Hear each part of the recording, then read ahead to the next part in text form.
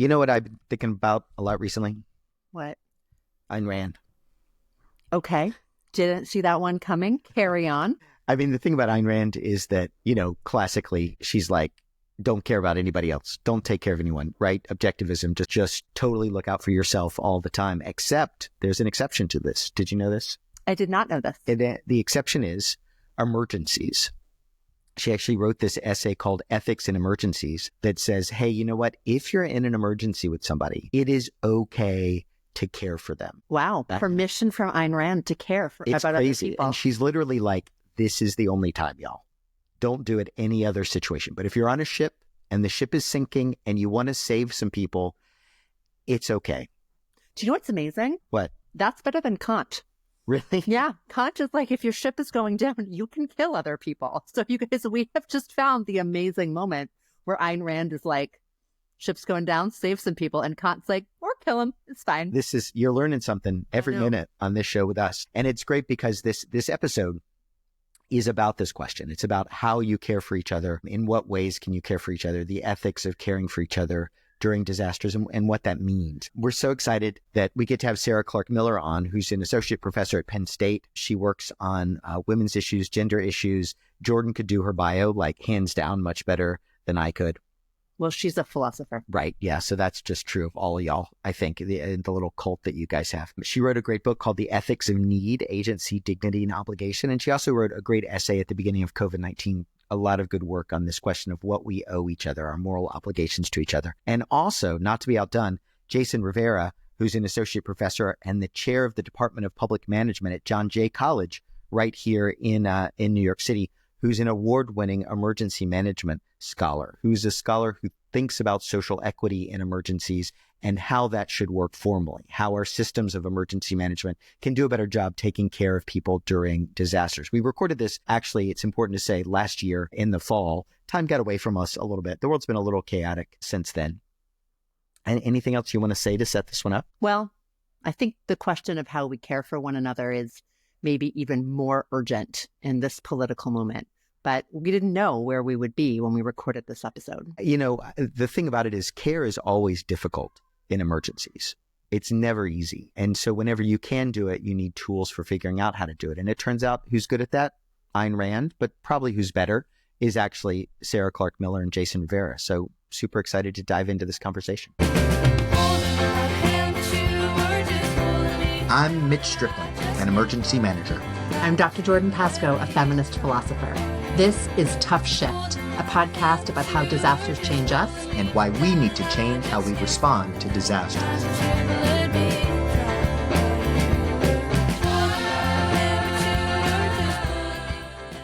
So excited to have both of y'all here. How are you guys doing? Yeah, happy to be here. Jordan, do you have a beverage of choice with you? I do. It is in a mason jar. It is quite watered down because I may or may not be still recovering from a hangover from the weekend. Hair of the dog. Good. Now that we've got our beverages, we're ready to play the epistemology drinking game. So I want everybody on point for that. And I want to start off with you, Sarah, if you could kind of get us into this, maybe by talking about your experience of care in the pandemic and what it meant and the kinds of things that you saw as a philosopher when you were sort of watching that experience unfold. Yeah, I mean, I'll start from a personal perspective and a kind of humorous, self-aware perspective. So I work in philosophy. I'm also a bioethicist. I'm interested in public health. So as COVID-19 was unfolding, I had thought a lot about what it would be like to be in a pandemic, perhaps more than was actually healthy or normal. And so, like, when I was gathering and amassing all of the toilet paper, right, my friends were like, why? And then 2 months later, they were like, knock, knock, knock. Do you have some extra rolls? And I was like, see, we are ready. So, I mean, I had thought a lot about it. And I had thought a lot about the ways in which care might take place, right? And kind of ideal forms of care that would hold. And I think initially we did okay because we were in crisis mode. And so in crisis mode, you can have kind of crisis care response, right? But over time it wore down. And so there was an initial surging of awareness of interdependence and relational support, and that was awesome. And then we had to keep going. and there weren't tremendous care reserves, and there was no real care infrastructure, right? So it had to be self-motivated, and that proved very difficult. And, I'll point out, just to be utterly cheery, that we are still in the pandemic. Long COVID is a thing. There is still support that's necessary. And I'm hopeful that there can be continued transformation, right, where care can become a kind of constant and not something that we turn to in moments of crisis. Sarah, I think one thing that's really useful about what you just pointed to is the way in which this mirrors how we do care in this country generally, which is that you're right. We're really good at care in sort of like immediate senses. And this is often what I think politicians are pointing to when they talk about like family values sorts of things, right? This kind of like immediate surface level care.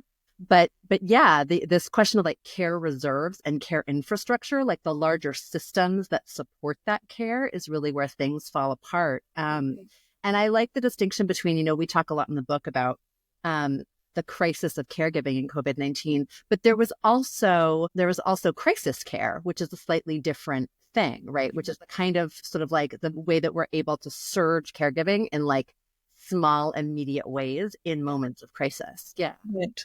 Yeah. And so the kind of crisis care, I think, had to respond to this crisis of caregiving. I mean, it's sort of, they related. And I think, so right, we need better care infrastructure. But interestingly, Jordan, responding to one part of what you said, I think we really need to understand care as decentralized from the family, right? Like the cis het or normative family structure where, yes, we want it to be strong there, but what's really needed is care that happens with friends and family and extended kinship. And so that's something I think a lot about these days. So Jason, this question of caregiving and the question of sort of, especially in a societal sense, how public administrators care, how emergency managers get, like the work that we do to take care of society, is something that you've written about a lot. And I wonder if you can talk about this issue in COVID-19 that Sarah and Jordan are bringing up, this question of immediate sort of social care. All of us feel this impulse, and then it gradually dies away. What's the societal response doing at this time, right? How did we do as a society responding? Did we show care in our broader emergency response structures? From a societal point of view, I believe that, as Sarah already pointed out, initially there was a lot of really comprehensive care that spread across a lot of different social groups, a lot of different subpopulations, not only in this country, but across the world. But over time, I think, either through attrition of just COVID and people getting tired, but also the mixed messaging we had from different political agencies, different political figures, really started to take a toll on not only how emergency managers deal with the situation, but how we as the public could actually, or what we should do, right? And so, for example, with the whole notion of going to get vaccinated, one of the things that we were looking at, at one point was, well, how does trust in political figures or trust in agencies impact whether or not someone personally elects to go get vaccinated? And unfortunately, a lot of it is based on, well, who is talking? Was it Biden? Was it Fauci? Was it CDC? Or was it, for example, President Trump? And depending on who was providing the message, elicited, well, what the response would be. And as many of you know, a lot of it was based along party lines or political ideological lines. Individuals that ascribed to Republican, generally speaking, Republican views ended up not getting or following the messages that were being put out by the CDC and the like. Now, subsequent to that, I think what we see is also an idea of what it means when you go and provide services of care to different populations and what the outcome is to those populations when they're provided, right? So you have people like Dee Bennett-Gale, who had a recent book around emergency management's response to the COVID pandemic and how issues of equity played out in the response by different agencies. And what we see is, and what is interesting in my research now, is many emergency managers don't want to have this conversation around social equity of response, social equity of service provision, because they think it makes things more difficult, things more or less efficient to think about these things in the context of acting. And so how did we operate as a society? I think as Sarah had started to allude to, this notion of the importance of social network, the idea that we've been talking about in, you name this, the academic discipline at this point, social capital, right? And the various elements or designs of social capital. I think initially there was a very big focus on bonding social capital, right? The family and your immediate kinship groups. But as I think over time, we started to notice we cannot rely on that, right? But I think what's also problematic is within the agencies that respond to disasters, or even, for example, the Red Cross or the Salvation Army, there's a lot of rhetoric around this notion of working with your neighbors, working with your community. However, if you look at, for example, FEMA, they don't provide any instruction about how to engage people in this conversation. And so if you're saying, well, I should speak to my neighbors about this, well, how do I start that conversation in a world right now, in a social environment where if your neighbor comes to speak to you out of the blue, it's kind of weird, right? Many people don't talk to their neighbors anymore. And in New York City, especially when you're living in predominantly apartment types of situations, interacting with neighbors is becoming increasingly rare. And so the importance of social capital, not only here, but worldwide, has become immensely more important than I think we've ever realized. But I also think there's been an acknowledgement that some scholars would say is not confined to cultural attributes or cultural subpopulations. I do believe, or I would argue, that the importance of social capital is inherently tied to cultural value systems within various ethnic groups or subpopulations. So that's part of what we write about. Let me put this question to you, Jordan. I'm going to put it, I'm going to focus it right in, right? So part of what Jason said was emergency management agencies don't want to get into this stuff, right? Because it's anti-efficient. We've talked about the drop-off in response, how important the cultural attitudes are here. Why is this? What is it about our disaster imaginary that is maybe driving this? Or do you think it is? Yeah, I do think it is. I think that, Jason, to your point, right, part of the reason why talking to our neighbors seems strange, even in disasters, is that we have this sort of very sort of individualist conception, right, of the self and of privacy. And a lot of the ways that people talked about lockdowns as infringing on liberty, you really kind of like reflected or activated that sort of baseline set of assumptions, right? But one of the things that I think that's really interesting connected to that, to go back to what you're saying, is I think you're right that in many ways, COVID-19 is really important as a disaster in which the social capital framework does a tremendous amount of work, right? Social capital oriented ways of mapping and predicting the spread of contagion, right? Predicting resilience and vulnerability were really, really effective. In many ways, social capital predictions, social capital based predictions were more effective than other kinds of predictions in the pandemic, but they still missed a lot, right?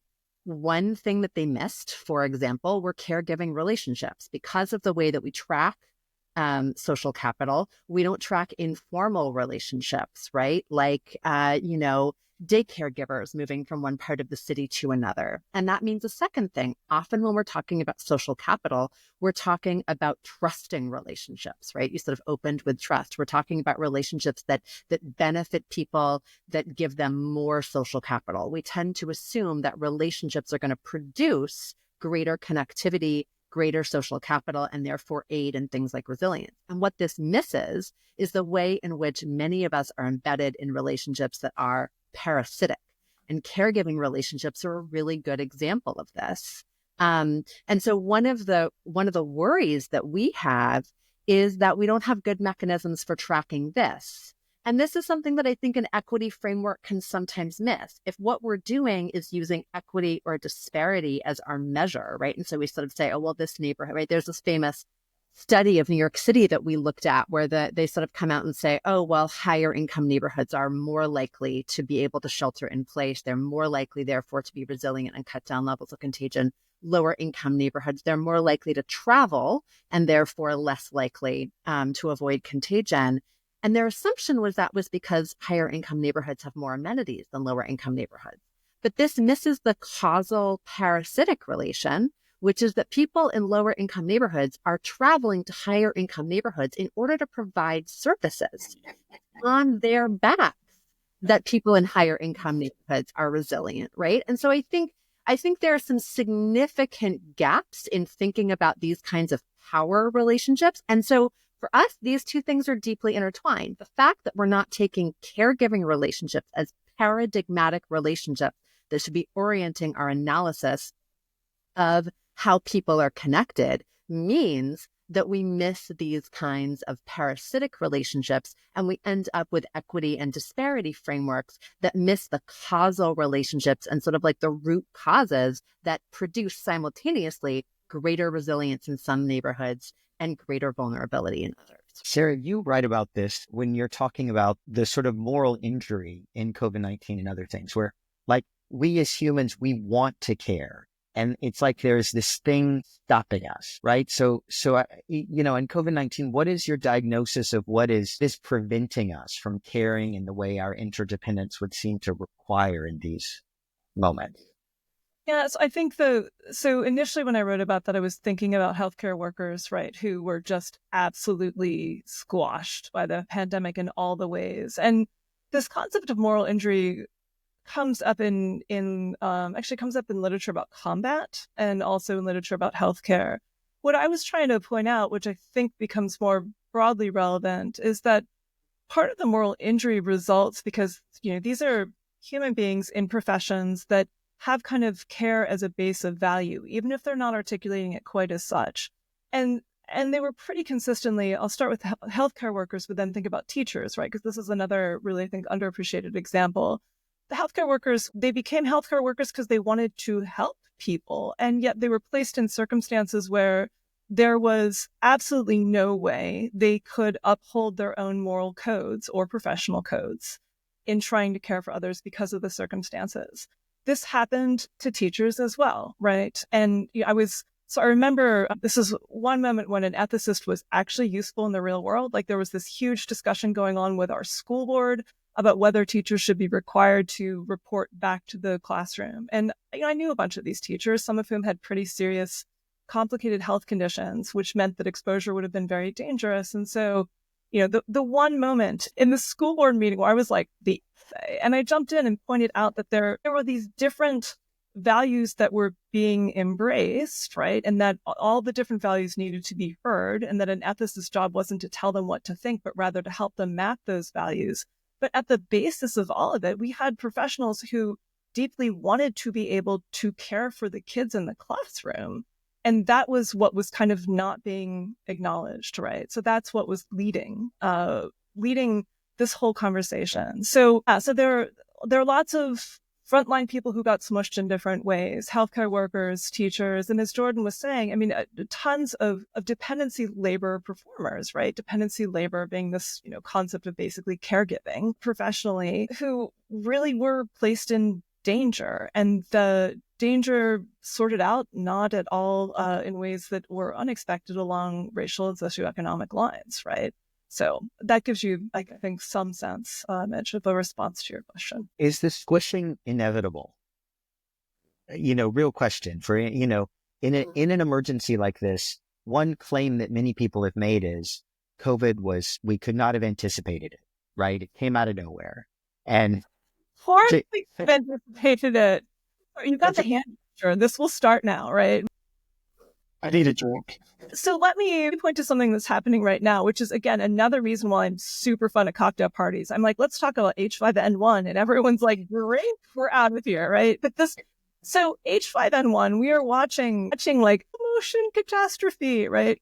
If we hit a point where H5N1 starts, wider spread patterns of human to human transmission, if anyone says, who could have known? You have to be kidding me. And I know, Mitch, this isn't your position, but of course we knew. There had been lots of people thinking about what would happen in the next pandemic. And granted, there hadn't been a super big one of this nature. There'd been other types of pandemics that had taken place, but we did know. So I don't think it has to be inevitable, but I do think the scale of change that would be required to make sure that this kind of squishing, which is very much a technical term that I'm hanging on to since I introduced it, I think the scale of change that would be necessary to make sure that squishing doesn't happen, such that resilience is actually something that's available to all populations, is massive. So I like to think it's within grasp, but yes, it takes structural change. It would take structural change for that to be able to happen.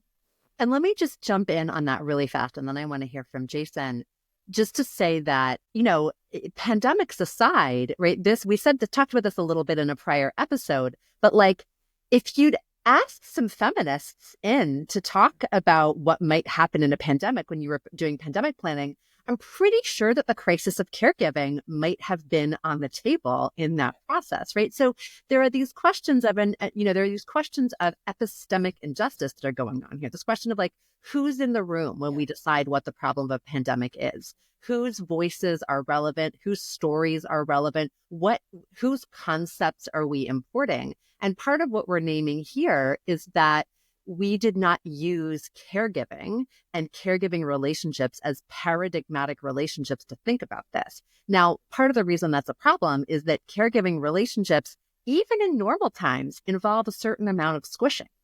Right. We assume that people who provide caregiving are just going to be able to keep providing caregiving long past the point where they're able to provide for themselves, right? Giving care makes people vulnerable, and providing for other people's needs can exacerbate our own needs in a variety of ways.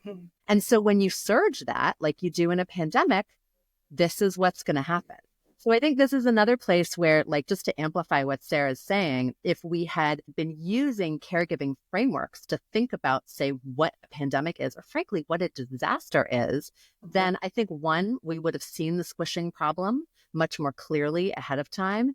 And two, we would have better conceptualized what a pandemic was. Yeah, and I'll say, and I want Jason to jump into, but I'll just note, this is one of the many reasons why I think the book that the two of you have written is so brilliant, right? Because you are thinking about, you're really addressing this type of epistemic injustice, which helps us think about who might need to be around the table now, right? With knowledge might not have been drawn on before. That's what we really like, is flagrant praise. So thanks, Sarah, for that, for just drawing that out. That's definitely what we're here for. No, please keep. But Jason, get in there. I mean, what do you think? So I have a lot of tangents going on in my head now, but no, you're absolutely right. Like, is this something that we saw that was an unforeseen thing? No, absolutely not. Right?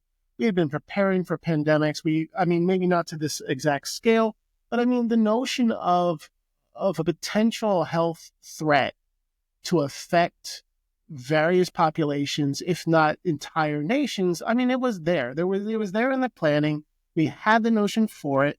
Federally, we underfunded it or defunded preparedness for it for various reasons.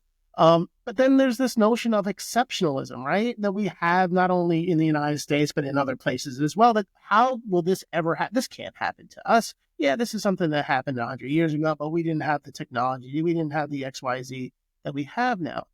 And so the notion of prioritizing this as something that could eventually affect us, I believe, not only affected broader society, but also the people that were there or should have been there to really respond to this immediately, right? The notion of, and again, I go always back to the mixed messaging, is this notion of, okay, this is a pandemic and we are being alerted that this is a severe health threat. As I believe Americans and even personnel, when you hear that, you don't necessarily cognitively go to this thing that we kind of only see in movies, right? And so this notion of this is now the reality and the exceptionalism we have in this country and in other places around what can happen, what cannot happen, has deprioritized this in the not only agencies, but also in the will of the public, right? So when the politicians come out and say, well, we need to put money into either pandemic preparation or even natural hazard preparation and mitigation efforts. Well, that cannot happen to us. That's something that happens in the middle of nowhere that nobody ever hears about, and eventually it'll be on the news. But when we bring those people to the table that typically are what we say, quote unquote, or the BRIC legislation says is the most vulnerable populations, for example, These are people that are dealing with natural hazards, we'll go to it in a more general sense, on a daily, if not annual basis, in the absence of intervention, right? And so they're like, no, this is happening. Despite this being predominantly anecdotal, and again, this goes to what you talk about in chapter 3, but then also more broadly, this notion of what is actual truth versus what is accepted as truth and what is actually valued, right? What we have are these populations who have these truths, have these life experiences, intergenerational life experiences that are completely ignored due to these worldviews of truth that are based on these notions of verifiable statistics or quantitative data. And so you'll get enough flattery over the course of this podcast. But one of the things about what you're doing is that everything throughout this book goes back to who is at the seat at the table, as you said. And I've been talking about this for much longer than people have wanted to say, as far as how do you bring people to the table in community development, which is tied to actual mitigation and preparedness practices. But then when we talk about these things, I think this actually inflates the actual presence or the actual occurrence of burnout in these situations, because the expectation that people have is that this will be very quick, it'll go away, and then we won't have to deal with it anymore. But when it becomes a prolonged issue, well, this is not the reality that we've been exposed to or socialized to expect. I think, Jason, to your point, like a really important part of that is like, who's the we there, right? Who's the we or the us that has this exceptional perspective that then informs our sense of what is a disaster and what's not. You know, every time I give a talk on this subject, the first question the philosophers want to ask is they're like, but what is a disaster, right? And I'm like, oh, okay. In exactly that tone, is it always? Yes. Every time, right? And, you know, and we have multiple answers to that question in the book, but one of them is, you know, something is a disaster because we practice it as a disaster. And part of how we decide what to practice as a disaster is determined by this question of who's at the table, right? And that question of who's at the table is not just a question of who's at the table, who's in the room. It's a question of which voices are understood to be giving evidence and which other voices are understood just to be saying stuff, right? To your point about kind of like what kind of evidence are we looking at, right? Our assessments of credibility play into that, as well as who's in a position to frame the concepts that we're going to use to do this analysis and whose experience does not fit neatly within those concepts. And therefore, their experience becomes impossible to communicate, right? Or in extreme cases becomes heretical, becomes nonsense within the sense of this. And one of the reasons why we start with caregiving in this example is that we were so struck by the fact that in U.S. pandemic planning, caregiving was sort of like a heretical concept. Like, why would we be talking about parents, right? Well, you want to close schools. And if you close schools, it seems reasonably clear that children are going to be, you know, like running behind people in Zoom on BBC, right? Like happened. But no one saw that coming because that concept of caregiving and the forms of dependency that are in there were not relevant concepts, right? And so it's this weird thing, like, obviously, people who wrote pandemic plans, many of them have caregiving responsibilities. It's not like this isn't part of their experience, part of their life, but it doesn't show up as evidence. It doesn't show up as conceptual resources, right? And so this is part of, I think, the question is not just sort of who's in the room, but how does that shape what we take to be relevant, what we take to be important, what we take to be evidence, and what we take, therefore, to be the problem we are trying to solve. And I'll say one thing that I think is helpful at this moment. So, I mean, part of what's going on in the background, right, for all of this is that let me make a very bold claim, right? I mean, basically, caregiving needs to remain invisible as a form of dependency labor, right? Because if it's seen actually as labor, it's essentially that upon which much of a neoliberal kind of structure can function. And so it suddenly became, in the context of the COVID-19 pandemic, very much not invisible, right? And the question is, do we maintain it in this type of position where we need to see the labor that is performed, which probably should be valued greater than it is, right? So So part of who gets to be at the table and the value of what they're saying, if you're going to value those who are pointing out that caregiving matters and that it's dependency labor, and that those who are performing it should be valued better than they currently are in society, that is going to have to make lots of other things shift. I said that was one quick thing and it wasn't, but I think it's a hopefully important one to point out now. I think it is, Sarah. And it also points to the ways in which, that invisibility of caregiving, right? Like this is related to some of what Mitch and I talk about. We should all drink now about epistemological systems, right? Which is, I know, right? Where part of it is when we can't see something as a system. In other words, we just think that the distribution of caregiving is like the way things are, right? That it has to remain invisible because it has to just kind of be the natural order of things, right? And there's a whole bunch of, of patriarchal, racist, capitalist bullshit holding all of that up, right? And one of the things that COVID-19 did was it revealed that organization as a system. And one of the ways that it did that for many of us was it suspended parts of that system so that pieces of it that we weren't even aware that we were relying on were suddenly apparent, right? And again, this moment of like, I'm sure lots of people remember this, like the guy giving the talk on the BBC and his toddler like runs in the background and his wife is like ninja crawling behind him to get it, right? And which is such a good example of moments where, and not that this is a purely gendered thing, but I think there is a general sense in which a lot of men don't have an awareness of the many pieces of the system that they are relying on in order to be able to go out in the world and, function as workers and citizens every single day. And by suspending some of that, the pandemic made that visible as a system and not just as a natural order of things. Right.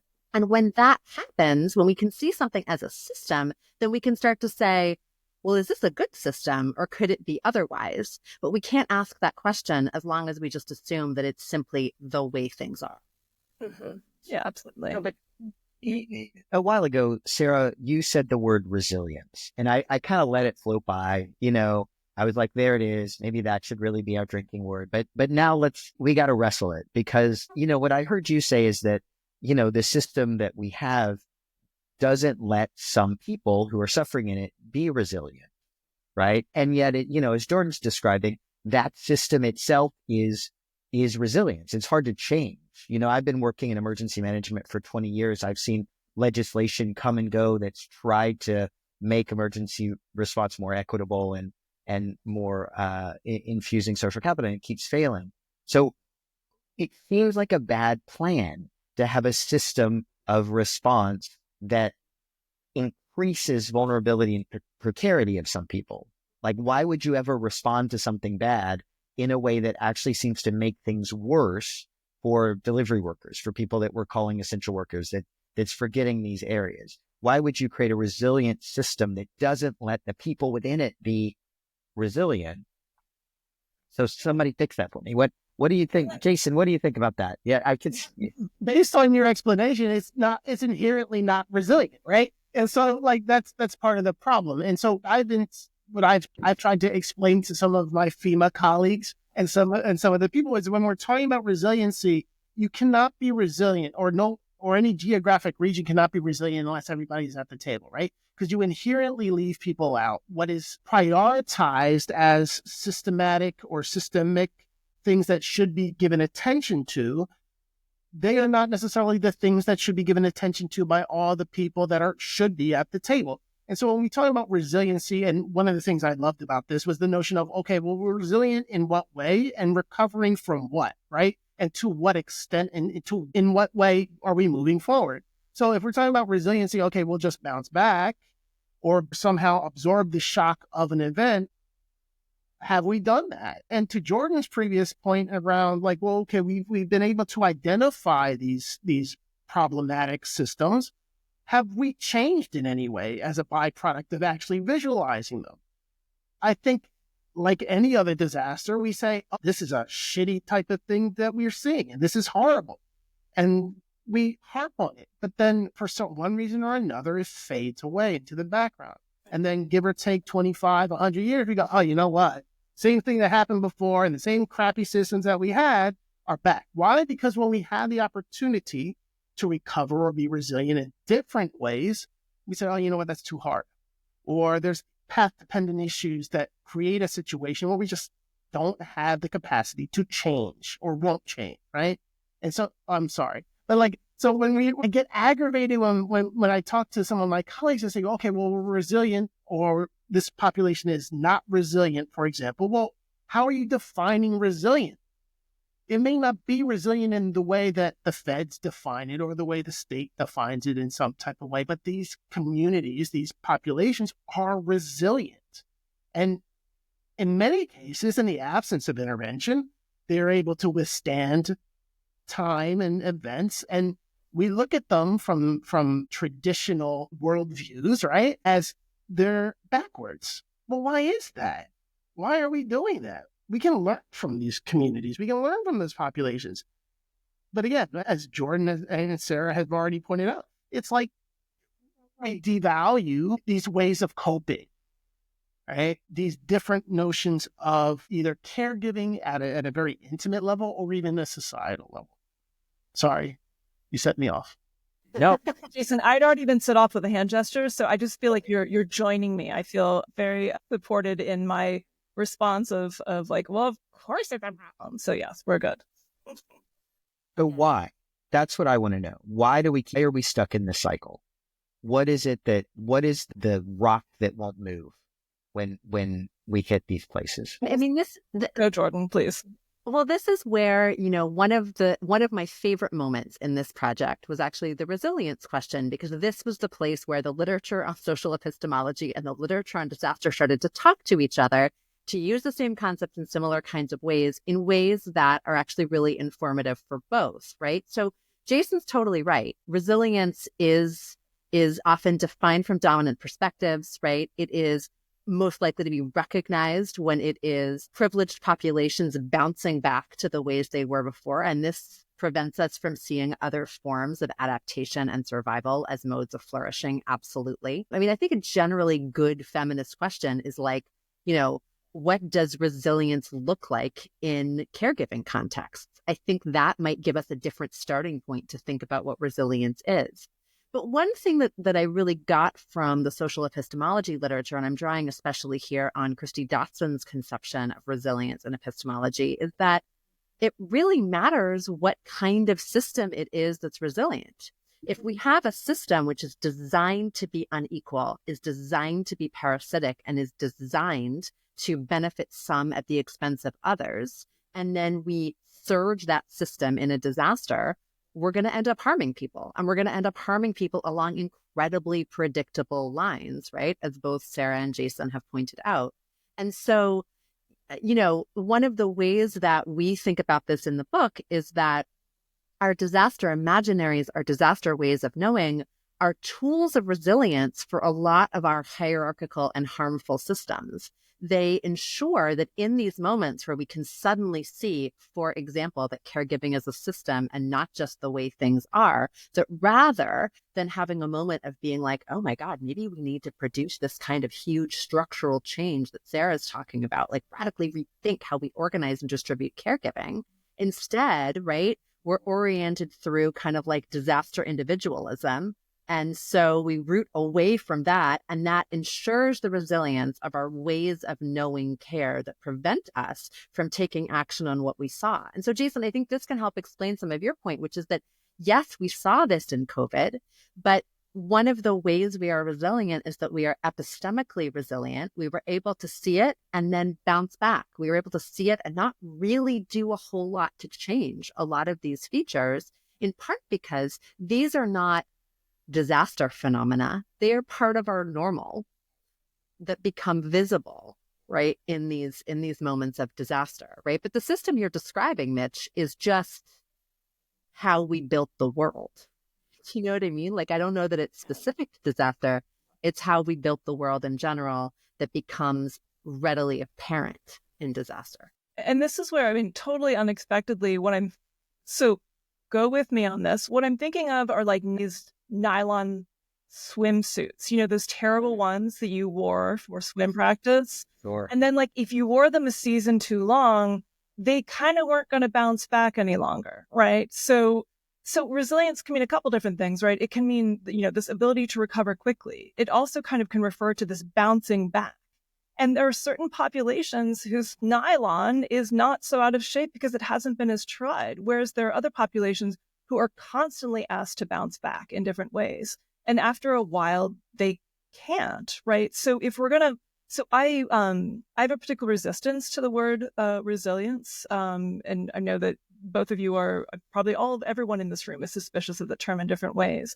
But I think that if we're going to continue to use it, we need to create a condition where we basically need a new concept of resilience, right? Where it doesn't emerge from neoliberalism, where it doesn't shift the responsibility for survival and flourishing, if that's possible, onto individual people, and where we don't talk about resilience absent. We basically need power analysis, right? For any time we're going to request that a population be resilient. So yeah, I mean, that's the type of kind of futurity that would be great. But resilience as it's used now is often, at least within ethical literature, right, thought to be something that is praiseworthy when you're able to attain it, but you're not all starting from the same level, right? So if you're already privileged, being resilient is going to be I'm not saying being resilient was easy for anybody during lockdown. I mean, it was just hard, but it was easier for some of us, right, who had certain resources and hadn't been asked to stretch so much prior to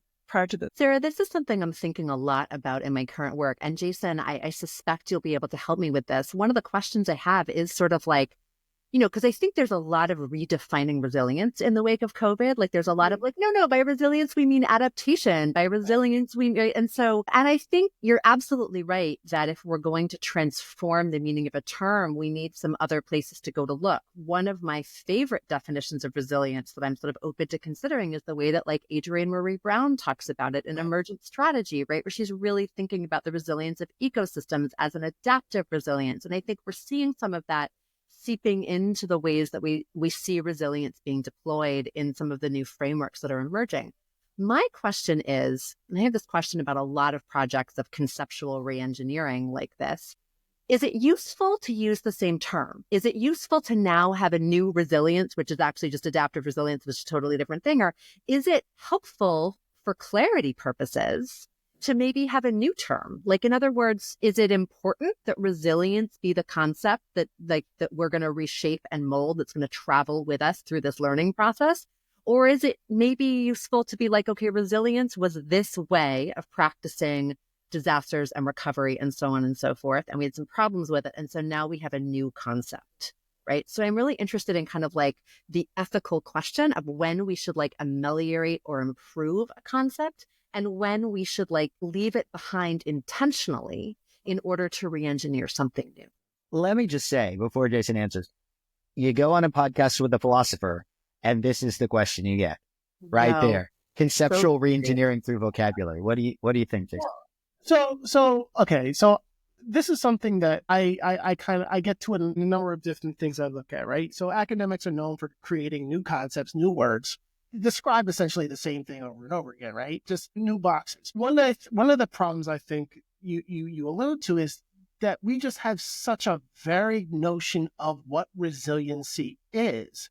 We don't really know, like you go into a room of emergency managers or even public administrators, it doesn't matter. You say resiliency and they're all looking around like, well, what do you mean by that? Because it means you pick a definition by the agency, and it means different things to different people. And so one, I think there needs to be coherent or at least a more standardized notion of what we're talking about when we're using the term first. Then when we talk about resiliency, again, I think there's different indicators, different ways we can define or operationalize what it is. But again, I don't necessarily think that helps us become more resilient, because again, if it's based off of, no matter how you define it, some broad notion of bouncing back, shifting to a new system inherently breaks that mold, right? You're no longer resilient. You're basically breaking the structure to move on to something else. So can we use the word resiliency to describe that function? I don't think you can. I think what you're saying is you're recovering in a different way or in a critical way, make things better. And then we can create a new system that is more resilient, in which can be characterized or operationalized in these ways. But to be resilient in what we have, based on what has already pointed out our broken systems that inherently perpetuate power structures, it's going to reiterate the same thing over and over again. Because if you say, well, we're resilient, well, then it is literally going back to what we are before, or it is at least going back to something similar. And breaking that breaks the narrative that the politicians and the power structure has around the functionality of our systems as a whole. When we start to challenge that, well, you can't just say, well, it's just caregiving is we have to fix, right? You have to start fixing everything. And then it becomes something that the politicians, no, you can't do that. And so, and again, you see this in other types of policy domains, like this notion of critical race theory and the conversations around social equity around the country. It's like, can we talk about this? No, don't talk about that, because then we have to start analyzing or assessing how the system actually affects different populations in various ways. And it gets too complicated if we're going to help different people in different ways and have different. And so to your question, I love the idea of, do we create a new term? Do we reconceptualize this in a different way? I think if we refine what we're talking about, so we're not speaking past each other or having to define the concept every time we start a conversation with a new group of people, I think that's at least the first step. And Jason, I think one thing that's really useful about that, this piece about talking past each other, right? The philosopher Sally Haslanger distinguishes between sort of like our official definitions of terms and then our operative definition, or the way that they get used by normal people, right? Like kind of on the ground. And I think that's part of the problem that you're naming, which is that we can keep redefining what resilience is in official guidance, in official documents in a whole bunch of ways. But if the way that it is cashed out in practice on the ground by non-experts is still this old school, let's just bounce back, right? This is what resilience looks like. Then there's a sense in which those new definitions are doing the same kind of harm, right? But without the accountability of being like, that's what we in fact intended to do, right? And so these things come apart. And we compound the problem by using additional abstract terms, right? So we'll talk about the equity of resiliency. Again, another term that people have various definitions for and what. But you, Jason, you defined social equity, right? I want to be clear about this in terms of cashing stuff out.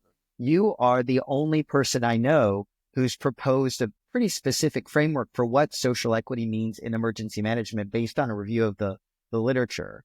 And so I want to ask you, because to me, this is a powerful idea. It is useful, and it is in some sense measurable. Walk us through for a minute what you think social equity is, and in particular, what it means about the status quo. Because you make the point partly that, the politicians, responders don't want to mess with the status quo. So what is social equity, and does it have to mess with the status quo if you use it as a goal? So social equity is attempting, and this is applicable to emergency management, but arguably Clarke Knox and I say that you can apply this notion to all public service provision areas. And the idea is to provide equal, inclusive, effective services to all populations, and not to just go down a checklist of identifications. And so one of the problems that me and a number of other people started to run into was, when we're talking about social equity, there's an immediate, people believe you're alluding to race, gender, etc. However, it's not just issues of race, ethnicity, and gender. It's an issue of social class, social economics, religion, and the list goes on and on. And so to create what has traditionally been done is addressing particular issues for particular populations that is also not socially equitable. Based on the literature, we try to break down what within emergency management and but also public administration has identified as dimensions of what social equity are. What are the important dynamics of social equity, which, again, some of which have not been individually explored in various ways. So one of the dimensions that we talk about is, for example, access. Well, what does access mean? In the vernacular, as you point out, in the American context, we talk about access in relation to, for example, you had mentioned Rawls earlier, procedural fairness, which is another one of our dimensions, but this notion of opportunity of access, ADA types of notions of accessibility. But it ends up being more complicated as far as economic dynamics, proximity, cultural accessibility and appropriateness, things that we don't necessarily think of when we think of access, that either provide an administrative burden on people to access something, or in the other direction, provides an administrative burden on the organizations attempting to provide the service to begin with. And so we create this definition, which people have said is quite, I'll use the word ambitious to be nice, right? But we deliberately put it out there, particularly to get kicked in the face or get kicked in the teeth. We saw for the last 50 years in public administration a discipline who is founded in the 70s off of this notion of social equity, right? And for 50 years, no one has come out with a definition on what's socially equitable. And so when we have these conversations, we have this notion of what it may mean or what it means to you. And so when we talk to emergency managers or even service providers in any sense, we can talk about what are the potential characteristics of social equity. You want to provide access. You want to provide equal outcomes to the interventions that you provide. You want to save people. You don't want to you want to provide services in such a way that do not discriminate people as best you can in a deliberate way.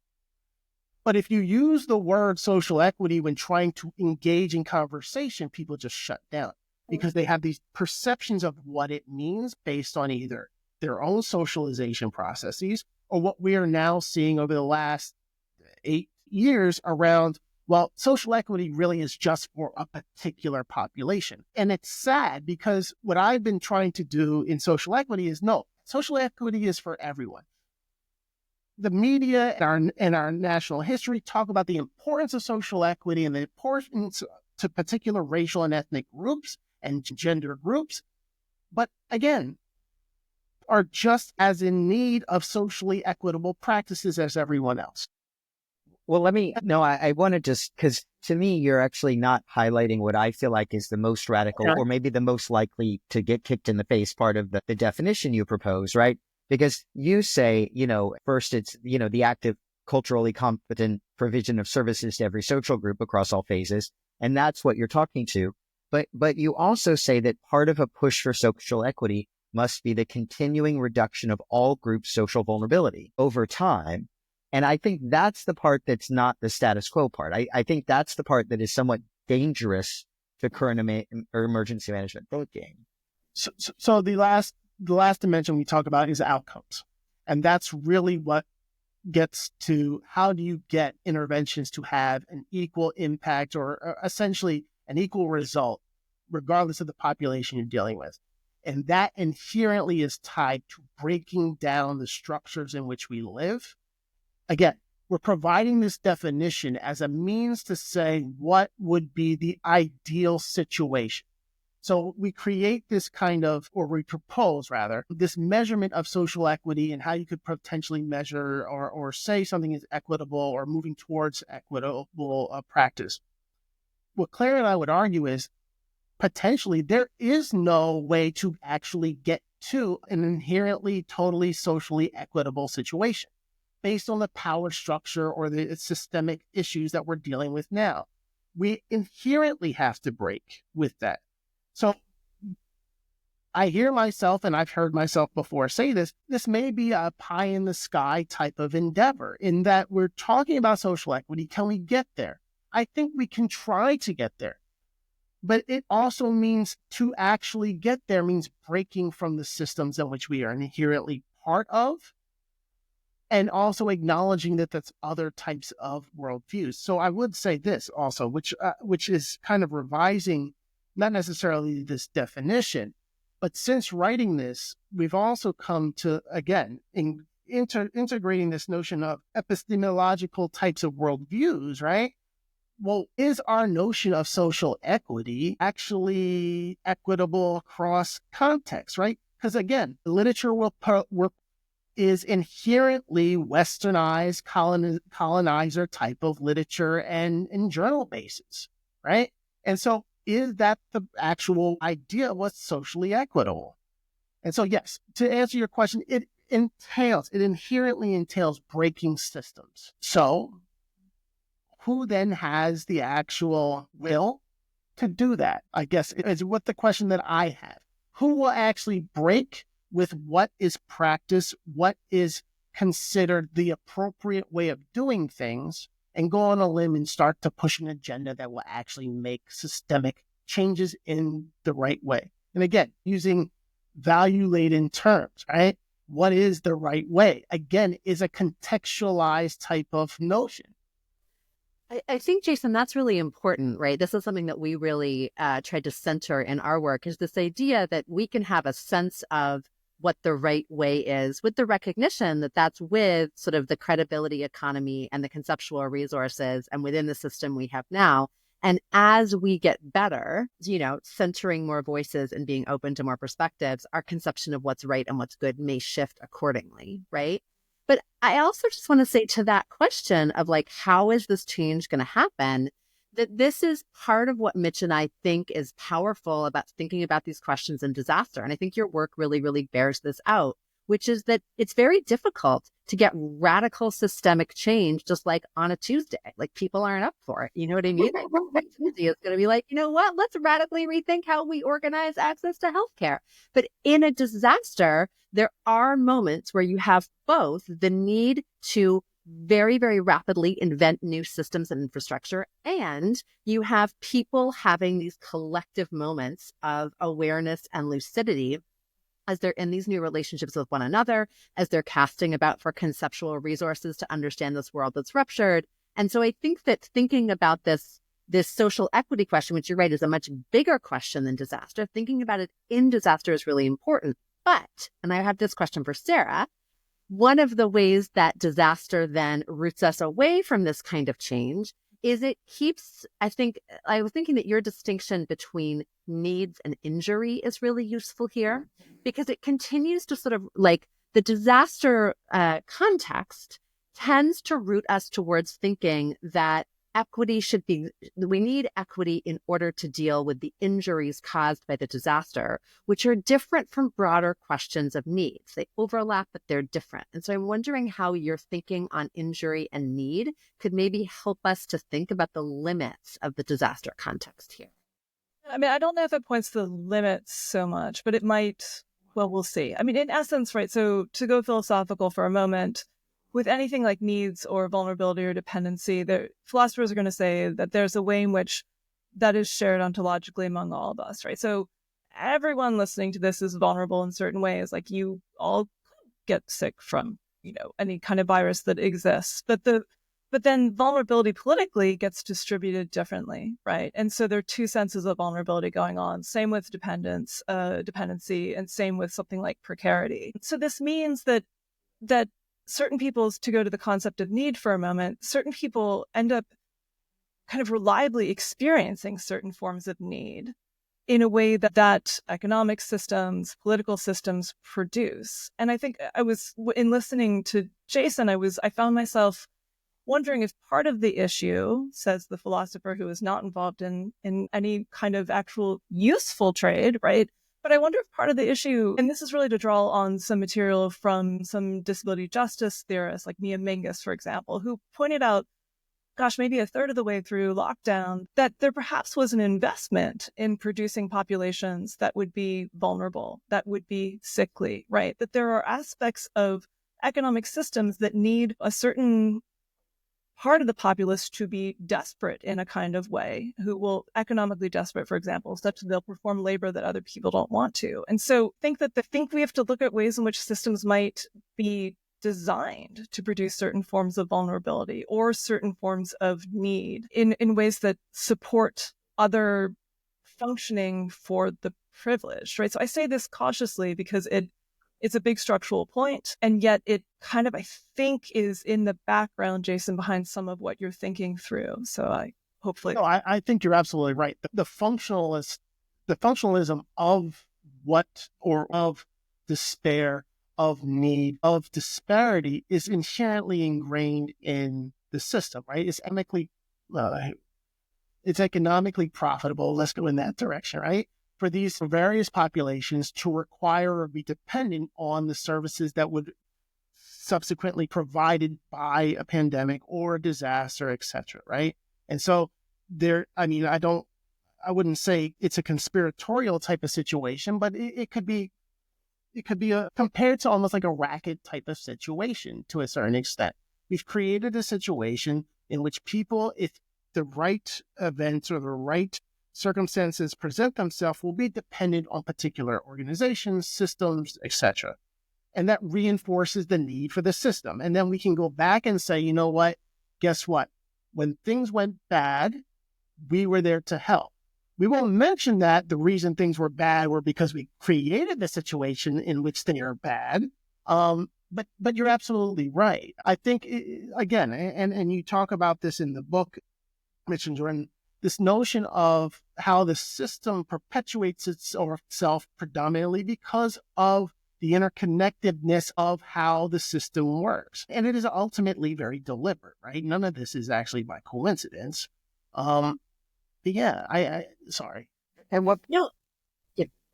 No, I was just going to say, I mean, I think that's exactly right. And I think that's an important piece of it. It's another place where, again, if we took caregiving as a paradigmatic example of this, right?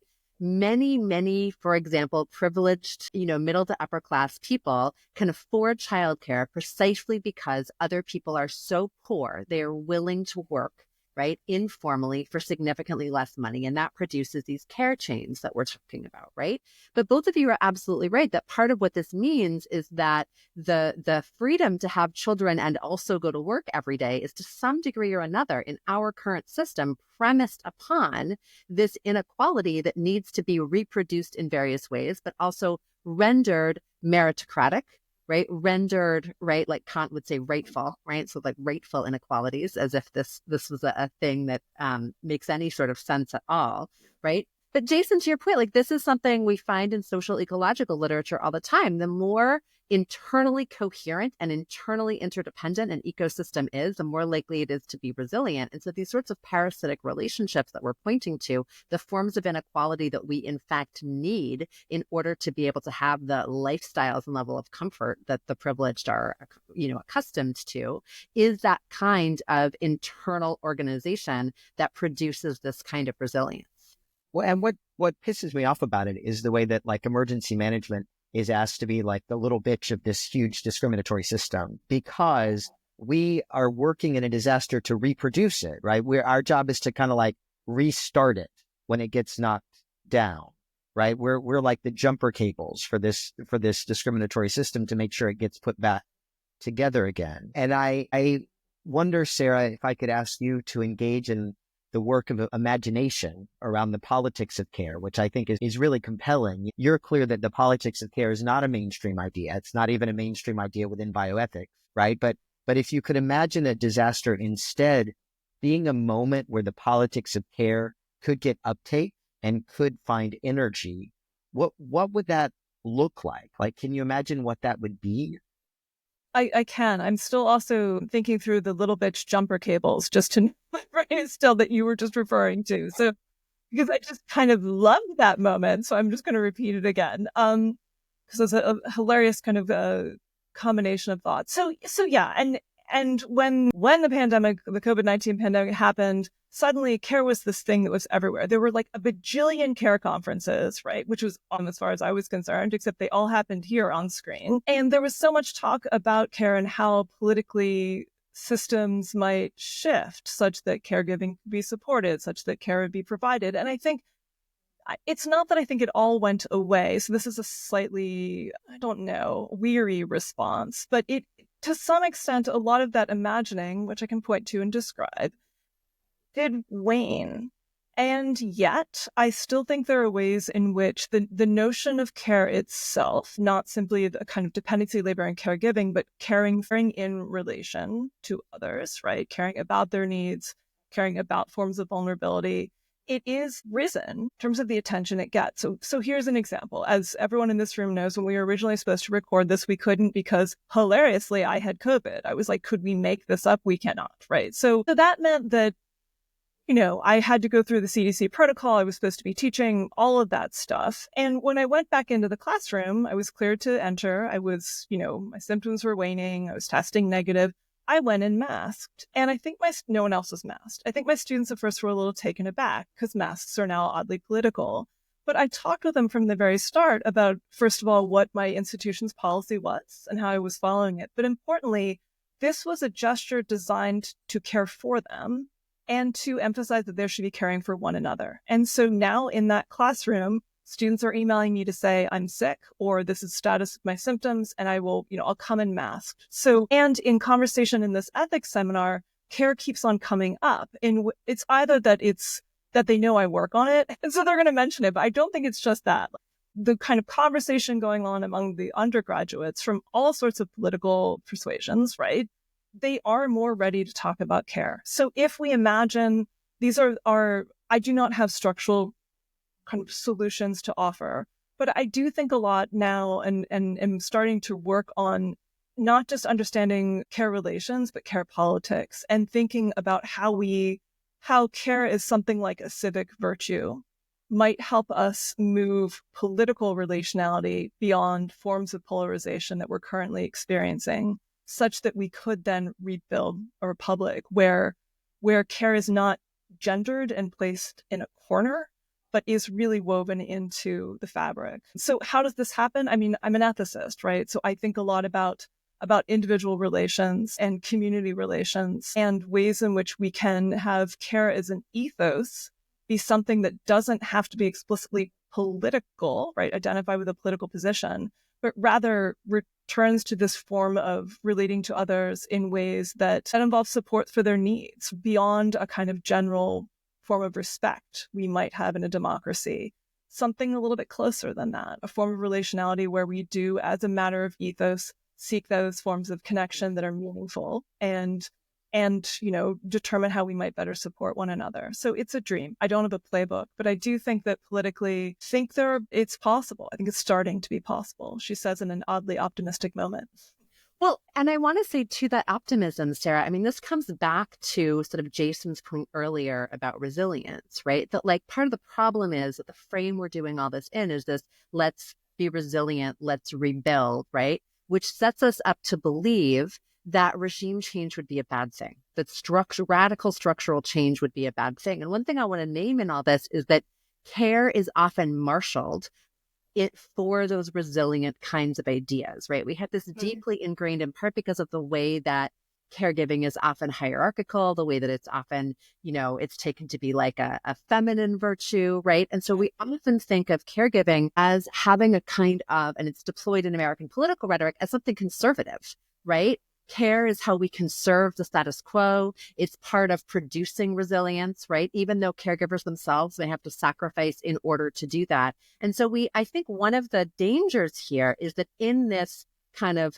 surging of care in our national discourse through COVID-19 is that in some ways that idea of care gets uptake in ways that align with this project of resilience that Jason is talking about, right? This like care to get back to where we want to go. And I think that what you're pointing to, and something that's really important here, is something that we see a lot in disability and healing justice frameworks, right? This idea of like radical care. Care, in fact, is a radical political activity that involves a radical rethinking of the structures through which we relate to one another, and that really in very significant ways reorients us in our most basic relationships, but also in the broad structures in which we're embedded. And this is if we're going to think about kind of like a radical project of imagination, Mitch, which we absolutely should be doing, I think it may be useful to prize care and resilience apart, and in fact imagine ways that care could be a site of regime change in which we are cared for through that regime change. Part of what's scary about regime change is doing something new is terrifying. Well, if the regime change is rooted and grounded in relations of care, then that regime change might in fact be, not so scary. It might be more possible. And so I think the kinds of the relationship you're pointing to, Sarah, between the sort of like the on the ground effective and ethical experience of being in caring and recognizing those like civic relations of care as a starting point for broader structural shifts that could allow us to kind of refuse the resilience framework and begin to think about being in new ways could be a radical side of imagination. Yeah, and I think it's a both and situation, right? So I often joke about ethics not being useful, and yet, I'm an ethicist for a reason. I'm also a social political philosopher for a reason too. But it's not just that we need in this kind of pie in the sky way to restructure, relations in my classroom, as I was talking about.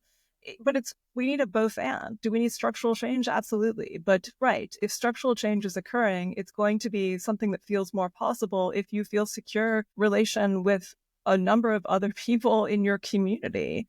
And I think I like the idea of pulling care and resilience apart. Sometimes I think about it this way. If there were broader practices of care available, then people would need to be far less resilient. Like this should kind of be the goal, right? Like let's try to create circumstances where resiliency isn't as needed. I think all of us in this room have children. Now we know that like the coming world for our kids, we do need them to be resilient, but because climate change and violence, I can give you the full list, right? You can think of the list yourselves, but it would be so much better. We could create caring structures that then limited the extent to which our kids would be required to be resilient in the future. Right.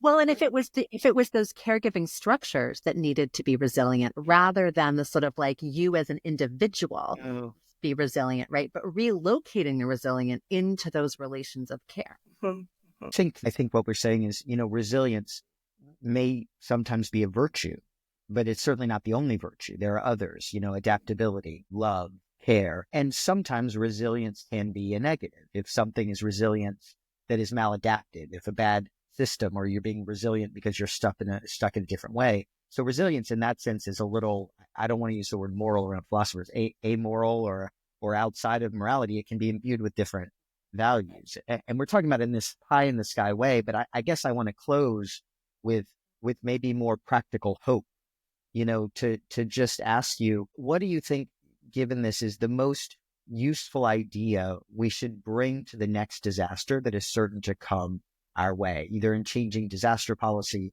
in changing how we relate to each other? What is that one small step that might help us next time? Who takes this first? Jason, do you want to go or do I go?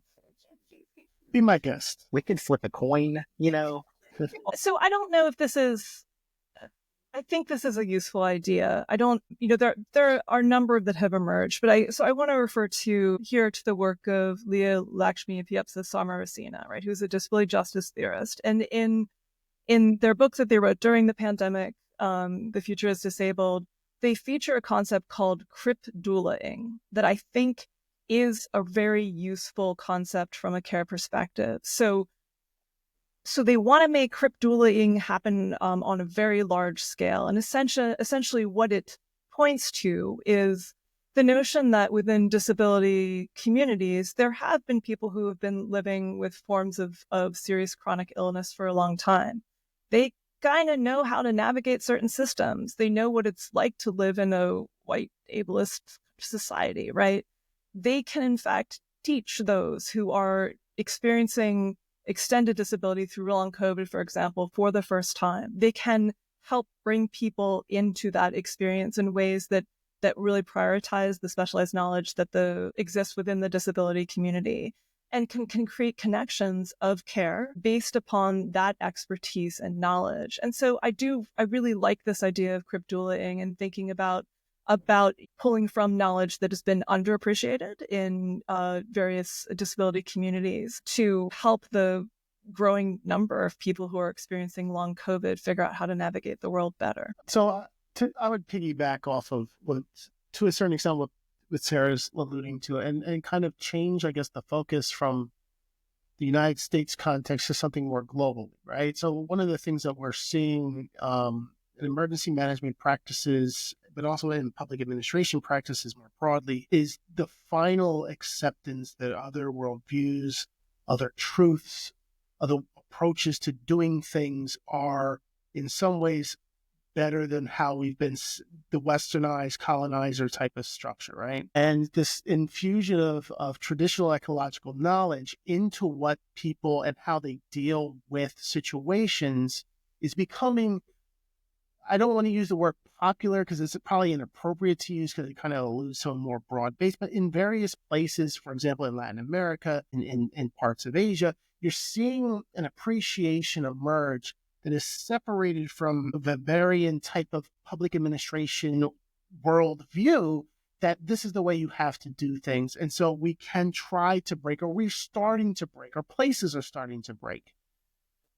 In the United States, what I am finding more hopeful, I'll use that word, hopeful, as Mitch had pointed out, is the conversations that we're having, not necessarily in just room, in specific rooms at a conference or in hallways. At the Disaster Research Center conference that I ran, I met Mitch in person at, and even at the Natural Hazards Conference, not this past summer, but the summer before, there's an overarching theme of the notion and the value of breaking the notion of recovery and resilience to go back to something, right?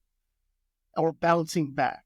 Instead of thinking about what we could do to change the system, think about what we should do to change the system. And I know public administrators, emergency managers are avoidant to dealing with what we should do because they're value judgments, right? And once you start to go along the idea of what you should do, you can potentially break with the legitimization of the structures in which you work, the politicians that see you as actors of them, or citizens seeing you as actors of them. But in order to bring that change that we have been talking about this entire time into fruition, the hope I see is that it has actually become center stage. One of the things that I think has become more predominant is this notion of, we know it's broken. We know the system is perpetuating itself to the detriment of various groups. There is functionalism attached to it, but this is sick. We need to break with this. And I think what we are seeing is not only academics and some practitioners deal with this, but at least in my experiences with working with FEMA and people within FEMA and some of the administrators, is that there has been, or at least now, a more legitimate acceptance and acknowledgement that we need to change in more critical ways. Now, I say that that's hope. But then I'm also a pessimist for most of my life. Now, this was a hope question. Okay, well, then I'll be quiet. Well, and let me say something that brings together a little bit of what Jason and Sarah are saying, because I think this is really important, right? So, Jason, I think you're absolutely right that part of what we're seeing post-COVID is, and we've been seeing it for longer, but especially since COVID, this collective awareness that this system is broken. There is something wrong with it. There is something wrong with our collective ways of being. And therefore, there is a question, not just of critique, but the work of bringing a world otherwise into being, right? This is the hope question. And so, Sarah, to your point, one of the things that Mitch and I theorize in the book, and we'll talk about in a future episode, is the idea of disaster doulas. And I think one way of thinking about the way in which we're thinking about disaster doulas is this work of bringing this world otherwise into being, is something I've said several times on this episode, right? Which is the importance of taking caregiving relations as paradigmatic in how we think about what work is, what vulnerability is, what resilience and vulnerability are, and that this might give us some different starting points for thinking about key concepts like equity and resilience, right? As we've talked about, and it might open us up to relational and networked analyses capable of recognizing parasitic relations and forms of dependency and the causes of that dependency, right, that are producing this brokenness. But also taking caregiving as paradigmatic can be a starting point for thinking about this work of dueling, right, of using relations of radical care, of mutual support, and of the expertise very often of someone who has been through a hardship before, doing the work of bringing new worlds and new possibilities into being. And so I think that there's a great deal that we can mine from the care tradition, both at the level of critique as well as in this really concrete question of like, how do we do the work of this hopeful question of bringing another way into being? All right. Well, let's end there. Sarah Clarke Miller, Jason Rivera, thanks so much for a fascinating conversation. Let's go out and imagine how we can care for each other better. Thanks. Thanks for having me. Thank you.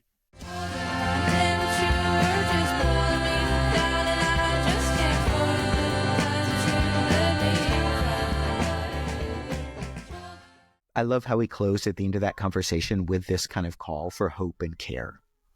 And, you know, I think what's important is one of the things we found, actually, my favorite chapter in the book is Jordan's chapter on backlash in disasters, which we haven't gotten to yet. But what we know is that feeling like you care for people in emergencies, just this feeling of caring, is not enough. And so next time on the show, we get to talk about perspectives. We get to talk about standpoints and how your standpoint shapes those feelings of care and why you need to pay attention to people's locations in emergencies, people's status and class. Does that mean we get to talk more about epistemology? Yes. And that's why we're only going to allow ourselves light beer on the podcast and not whiskey, because I think next episode on whiskey, we would go down quickly. We may not even make it 15 or 20 minutes. It would be like doing shots at a bachelorette party. You know what? Challenge accepted. Next time on Tough Shift. Tell me you want me to love you. Tell me you want me to love you. Tell me you want me to love you more. Tough Shift is produced by me, Mitch Stripling, with original music from Victor. If you like what we're doing, buy the book. You can sign up at disastersandsocialchange.org for a discount code. Stay connected. Stay curious. Tell me you want me to love you. Tell me you want me to love you more. Whatever you said, I've been recording this whole time. So I just want you to know that we captured it. So, okay.